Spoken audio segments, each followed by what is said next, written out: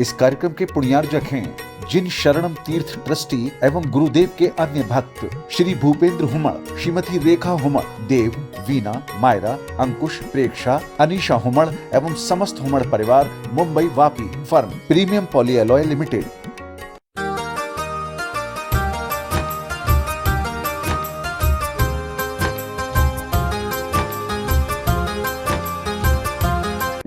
ध्यान रखिए, कई ऐसे वीर हैं, कई जवान कहता है कि मैं देख रहा हूं, बूढ़ा कहता है क्या देखना, मैं तो दिख रहा है मुझे तो भविष्य मेरा जीवन क्या हुआ करता है। ये वसीयत है भगवान महावीर की, हमने आज भी संभाला है, उसमें वृद्धि की है।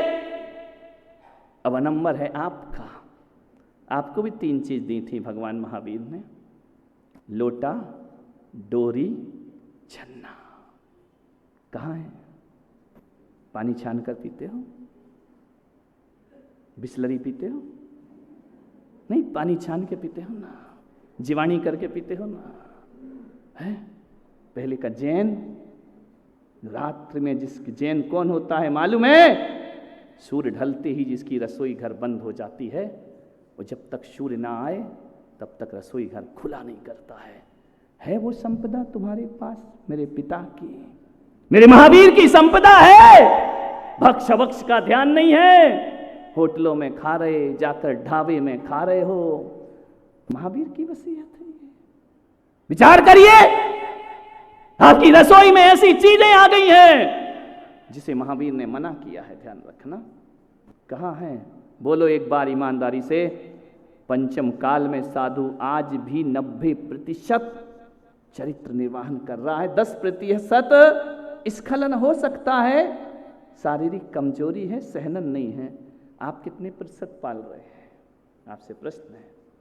श्रावकाचार कितना पाल रहे हैं आप? 10% तो छोड़ो, 1% भी तुम्हारे जीवन में नहीं है, ध्यान रखना। सोचना है आपको। आपसे पूछा था ना, जो वसीयत, जो संपदा में वृद्धि करे वो सपूत होता है। आगे डैश डैश डैश, समझ जाइए आप, आपने क्या वृद्धि की है अपने जीवन में, सोचना है आपको। कदम बढ़ाए हैं आगे? नहीं बढ़ाए ना। क्यों नहीं बढ़ाए? क्यों शादी का कार्ड आता है उस पर लिखा रहता है कि जैनों के लिए दिन में भोजन की व्यवस्था है? वो क्यों शादी के समारोह में जब तुम जाते हो तो एक अजैन कहता है कि आओ दिन में भोजन की व्यवस्था है, आप कहते हमको तो चलता है। ये वसीयत है तुम्हारे महावीर की, ये धर्म लेकर के जा रहे हो, ये ऊंचाइयां प्रदान कर रहे हो, ये वृद्धि कर रहे हो हमारे महावीर के वंश की, ये तुमने उनकी विरासत में अभिवृद्धि की है अपने जीवन में। विचार करिए, कहां गई वो वसीयत? यदि जैन खड़ा हो जाए तो अदालत में गवाह की जरूरत नहीं पड़ा करती थी, और आज जैन खड़ा हो जाए तो अदालत तो छोड़ो, तुम्हारी बीवी को तुम पे पूरा विश्वास नहीं है। ध्यान रखना कि तुम ईमानदार जीवन जीते हो, तुम्हारी औलाद तुम पर विश्वास नहीं करती है। विचार करिए आप, कहां गई मेरे महावीर की वह संपदा? क्या किया उसका आपने? लड़ाई झगड़े, पंथवाद, संतवाद, जातिवाद बांट दिया, महावीर के टुकड़े टुकड़े कर दिए। एक बात ध्यान रखना, संत संत होता है, यदि दिगंबर संत ना 20 पंथ होता ना 13 पंथ होता है, वह तो निर्ग्रंथ पंथ का पथिक हुआ करता है। आज हम संतों ने जोड़ रखा है समाज को, हम किसी भी परंपरा में दीक्षित हो जाए, दिगंबर समाज का सन्यास वो सन्यास है कि हमारे कोई भी पंथ के लोग हों, चाहे 20 हो चाहे 13 हो, मुनि महाराज उनके वही हुआ करते हैं। मुनि महाराज नहीं बटा करते हैं, मुनि वही है, चर्या वही है, वही 28 मूल गुण है, वही उनका चरित्र है। पूजन पद्धति में लड़ाई हो सकती है, लेकिन हमारे चरित्रों में कभी कोई लड़ाई नहीं हुआ करती है, ध्यान रखना। आज भी उस वसीयत को संतों ने संभाल रखा है। क्या वसीयत देंगे आप? नश्वर शरीर के त्याग से पहले आपकी जिम्मेदारी है आने वाली पीढ़ी। एक गरीब से गरीब आदमी भी अपने बच्चों के लिए कुछ ना कुछ तो छोड़ता है। अपनी जरूरतों को काट करके बच्चों के लिए कुछ ना कुछ तो देता है। मैं आज आपसे प्रश्न कर रहा हूं, आप अपनी औलाद को क्या देकर जाएंगे? औलाद को बुरा तो सबको ही बोलते हैं, बहू को बुरा तो सबको ही बोलते हैं, बच्चों को बुरा तो सब बोलते हैं। ये लोग कहना नहीं मानते, ये जिद्दी हैं, ये बेकार हैं, अच्छी औलाद नहीं है। आप उन्हें क्या देकर जा रहे हैं? प्रश्न है मेरा आपसे। मान्यवर, मालूम है, आज मुझे याद आता है वो समय और वक्त। एक व्यक्ति, एक बहुत अच्छा संभ्रांत व्यक्ति मेरे पास आया, मेरे चरण पकड़े और रोने लगा। मैंने कहा, संत के पास आकर रोते क्यों? बोले, महाराज आज जीवन में संतुष्टि मिली है मुझे, आज सुख मिला है मुझे अपनी जिंदगी में, आज आनंद की बरसात हुई है मेरी जिंदगी में। मैंने कहा, ऐसा क्या हो गया? बोले, आज आपके प्रवचन मैंने टीवी पर सुने, तभी से लगन लगी थी कि एक बार तो इस संत के दर्शन जरूर करूंगा। मैं बड़ी दूर से आया हूं घूमते पूछते। मैंने कहा, ऐसा क्या हो गया? बोले, आपके एक प्रवचन ने मेरी जिंदगी बदल दी, मैं आज स्वाभिमान से जी रहा हूं। मैंने कहा, हुआ क्या? बोले, आपके प्रवचन मैंने टीवी पर सुने, यूट्यूब पर सुने, आपने एक बात बोली कि जिंदगी को ऐसी जियो जिंदगी को कि दूसरों के लिए प्रेरणा स्रोत बन सको। महाराज, मैं बेईमानी करता था, नंबर 2 करता था, मैं झूठ बोलता था, ऐसा कोई पाप नहीं है जो मैं नहीं करता था। लेकिन आपके प्रवचन सुनते सुनते मुझे लगा कि मुझे अब अपनी जिंदगी बदलना चाहिए। बहुत हो गया ये जीवन जी करके, जो शेष बचा है इसे संवारना चाहिए। महाराज, मैंने उस दिन से संकल्प लिया कि मैं किसी भी गलत काम को नहीं करूंगा। फिर क्या हुआ? परेशानियां बहुत हुई, लोगों ने मुझ पर व्यंग किए, क्या तू साधु संतों के प्रवचन में लगा है, जिंदगी को जी। मैंने मंदिर जाना शुरू कर दिया, मैंने रात्रि में भोजन त्याग शुरू कर दिया, मैंने सिगरेट पीना बंद कर दिया, और सबसे बड़ी बात महाराज, मैंने गुस्सा करना बंद कर दिया। आप शादी के पहले ऐसे रहते हो? पहले तो पता भी नहीं चलता था किससे विवाह होना। बारात आती थी तब दुल्हन पहली बार दूल्हे का चेहरा देखा करती थी, ध्यान रखना। अब काय का घूंघट पहले ही सब देख दाख लिया। 6-6 महीने से घूम रहे हैं एंगेजमेंट होने के बाद, कहीं यहां जा रहे वहां जा रहे, ये विकृत संस्कृतियां हमारे देश में। फिर कहते हो कि पत्नी हमसे डरती नहीं, क्या डरेगी? पहले ही समझ गई लल्लू राम है, इससे क्या डरना है। ध्यान रखना, विचार करना है। हमारी पत्नी घर की मर्यादा का ध्यान नहीं रखेगी। अमर्यादित काम तो तुमने पहले ही कर लिए हैं, अब किस मर्यादा की उम्मीद रखते हो अपनी जिंदगी में? ध्यान रखिए। उसका दुष्परिणाम ये हो रहा है कि पहले शादी होती थी तो प्रेम दिनों दिन बढ़ता था, अब प्रेम नहीं बढ़ता है। एक रिश्ता है बस रूखा। पत्नी बहू बेटे का सुनना नहीं चाहती, बेटा बहू का सुनना नहीं चाहता है। जी आजकल जो बढ़ रहा है ना कि लेट उम्र में शादी, अब और बढ़ा दिए संविधान, 21 वर्ष। इतनी मैच्योर्ड हो जाती है वो बच्ची, फिर घर को एडजस्ट नहीं कर पाती है। ध्यान रखना है, ये विसंगतियां हैं समाज में। उस पिता ने अपने पुत्री से पूछा कि बेटी तेरे मन में कोई है तो बता दे। लड़की ने कहा, पिताजी जिस गुरु से आपने जीवन बदला है ना, उसके प्रवचन मैं भी सुनती हूं। मैं केवल कॉलेज जाती हूं, पढ़ती हूं, पढ़ाई के अलावा मैं कुछ भी काम नहीं करती हूं, पढ़ाई मेरा लक्ष्य है। बोले बेटा फिर भी कोई ख्याल में आया हो? बोले मैंने शादी का कोई ख्याल ही नहीं बनाया पिताजी। बेटा लेकिन शादी तो करना पड़ेगी ना? बोले वो आपकी मर्जी है। तो बेटा एक बात बता, किससे शादी करेगी, बिजनेसमैन से? या सर्विस क्लास लड़के से? उसने कहा पिताजी मैंने ये भी नहीं सोचा है। अरे ये भी नहीं सोचा? अरे तू चॉइस तो बता कि तू व्यापारी वर्ग में जाना चाहती है या सर्विस क्लास में जाना चाहती है। बच्ची ने कहा पापा मैंने ये भी नहीं सोचा है। मिनिस्टर नेतागिरी में जाना चाहते, बोले ये भी नहीं सोचा, मैंने कुछ सोचा ही नहीं है कि मुझे किस तरह के लड़के से शादी करना है। बेटा एक बात बता, दौलतवान लड़का चाहिए, खूबसूरत बच्चा चाहिए? पापा मैंने ये भी विचार नहीं किया अपनी जिंदगी में। ध्यान रखना, जब से महाराज के प्रवचन सुनते आ रही हूं ये सब बातें मैंने डिलीट कर दी अपने दिमाग से, और मैंने एक चीज सोच लिया है कि जोड़ियां नीचे से नहीं, जोड़ियां ऊपर से बन के आती हैं, और जो ऊपर से बन के आती हैं उसके लिए हमें परेशान होने की कोई जरूरत नहीं है।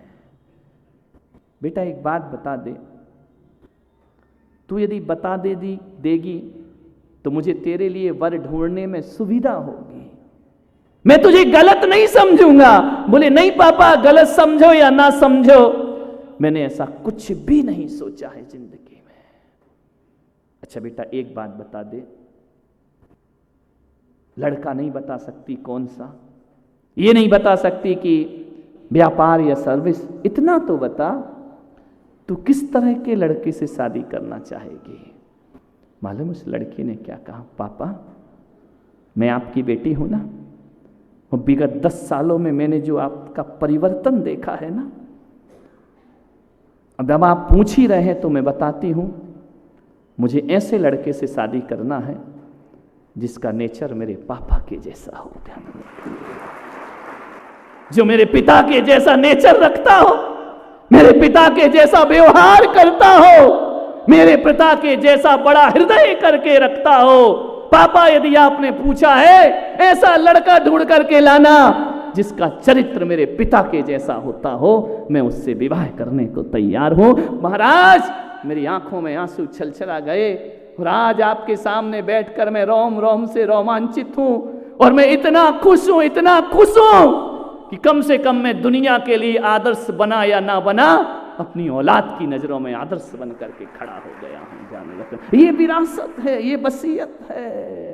क्या आप अपने माँ बाप की नजरों में, अपनी औलाद की नजरों में महान बन पाए हैं? हर कोई कहता है बच्चे महान बने, मैं पुलक सागर कहता हूं माँ बाप महान बने हैं क्या जिंदगी में? ध्यान रखिए, आपके हर कोई चाहता है कि मेरा बेटा राम जैसा आज्ञाकारी हो और तुम रावण जैसे काम करते रहो। एक बात ध्यान रखना, रावण के घर में राम पैदा नहीं होते, किसी दशरथ के घर में राम का जन्म हुआ करता है। ध्यान रखिए, क्या आदर्श प्रस्तुत किया आपने अपने बच्चों?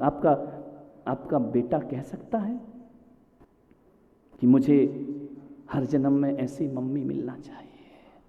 ईमानदारी से, हाँ नोट पकड़ाओगे उस समय कह देगा।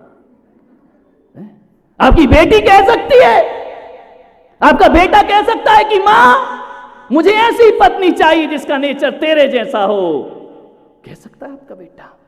बेटा कहता मां तू बहुत बोलती है, बहुत भिड़ भिड़ किट किट किट किट लगी रहती है, मां ज्यादा मत बोला कर, मां मुझे तुम्हारा नेचर पसंद नहीं है। तुम्हारा बेटा ये तो सुनने को मिलेगा तुमको, लेकिन ये सुनने को मिलेगा कि बेटा कहे ऐसी बहू लाना जिसका नेचर मम्मी तेरे जैसा हो।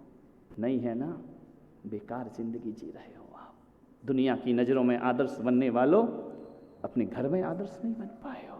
हाँ मैं पुलक सागर कहता हूं कि भर धरती पर जब भी मेरा जन्म हो हिंदुस्तान में होना चाहिए, और हिंदुस्तान में जब भी जन्म हो तो देवमती माता के वंश में मेरा जन्म होना चाहिए। उन्होंने आदर्श स्थापित किया है, उन्होंने चरित्र चढ़ा रखा है अपने जीवन में। ऐसा हम गर्व महसूस करेंगे। हमें नहीं चाहिए धनपति का घर, हमें दौलत वालों का घर नहीं चाहिए। वो गरीब घर अच्छा होता है जहां संस्कारों की विरासत सौंपी जाती है। ध्यान रखिए, आप अपने बच्चों की नजरों में आदर्श नहीं बन पा रहे हैं। सोचिए, आप विचार करिए, सोचना है आपको, थोड़ा सा चिंतन करना है। मैं मजबूर कर रहा हूं आपको सोचने के लिए। कौन सी विरासत की बात कर रहा हूं? धन दौलत और मकान की बात नहीं कर रहा हूं। क्या सौंप करके गए? मेरी दादी की दीक्षा हुई, 8 साल वो आरिका रही, पद विहार किया, तपस्वी सम्राट आचार्य शनमती सागर से दीक्षित होने का सौभाग्य उनको प्राप्त हुआ। क्या संस्कार थे उनके। मुझे आज सब कुछ याद आ रहा है। दुर्ग में, छत्तीसगढ़ में, रायपुर के पास एक दुर्ग है, वहां आचार्य सोमवती सागर जी महाराज का चातुर्मास चल रहा था। आचार्य महाराज ने 10 दिन के उपवास धारण किए। 1980 की बात है, ध्यान रखना। 10 दिन के उपवास धारण किए। 10 दिन तक उन्हें संकल्प नहीं मिला, उनको विधि नहीं मिली। उन्होंने कहा जब तक मेरा संकल्प पूरा नहीं होगा मैं आहार ग्रहण नहीं करूंगा। ध्यान रखना, तपस्वी सम्राट सनमति सागर जैसा तपहपूत इस धरती पर आज तक नहीं हुआ है और ना आगे होगा। जिसने सारी जिंदगी 1 लीटर मट्ठे में गुजार दी, जिसने इतना कठोर तप किया कि 1-1, 2-2 महीने के उपवास तो उनके बाएं हाथ का काम हुआ करता था। तपस्या की मूर्ति जीवंत कोई है तो आचार्य सनमति सागर महाराज हुआ करते हैं।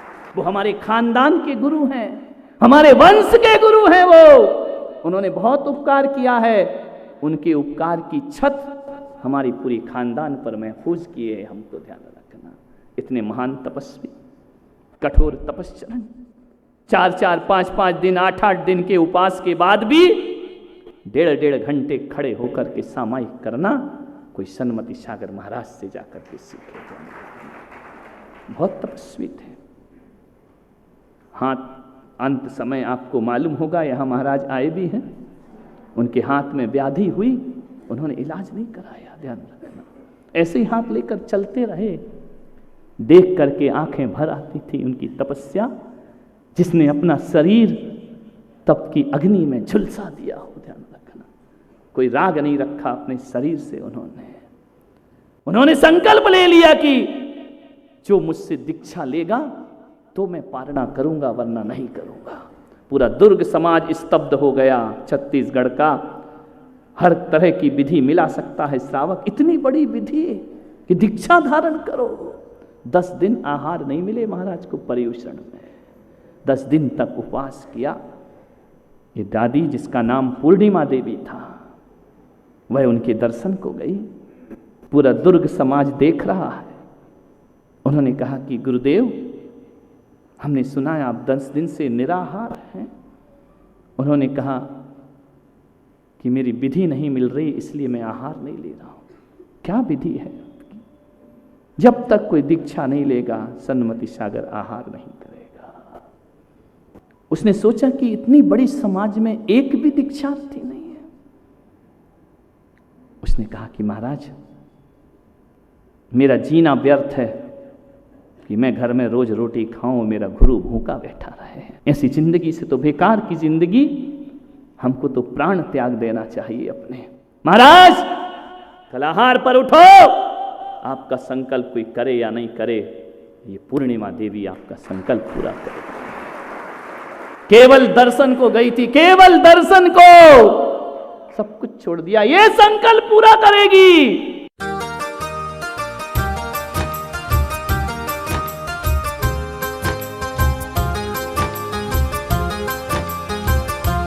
इस कार्यक्रम के पुण्यार्जक थे जिन शरणम तीर्थ ट्रस्टी एवं गुरुदेव के अन्य भक्त श्री भूपेंद्र हुमड़, श्रीमती रेखा हुमड़, देव, वीना, मायरा, अंकुश, प्रेक्षा, अनीशा हुमड़ एवं समस्त हुमड़ परिवार, Mumbai Vapi, firm premium polyalloy limited.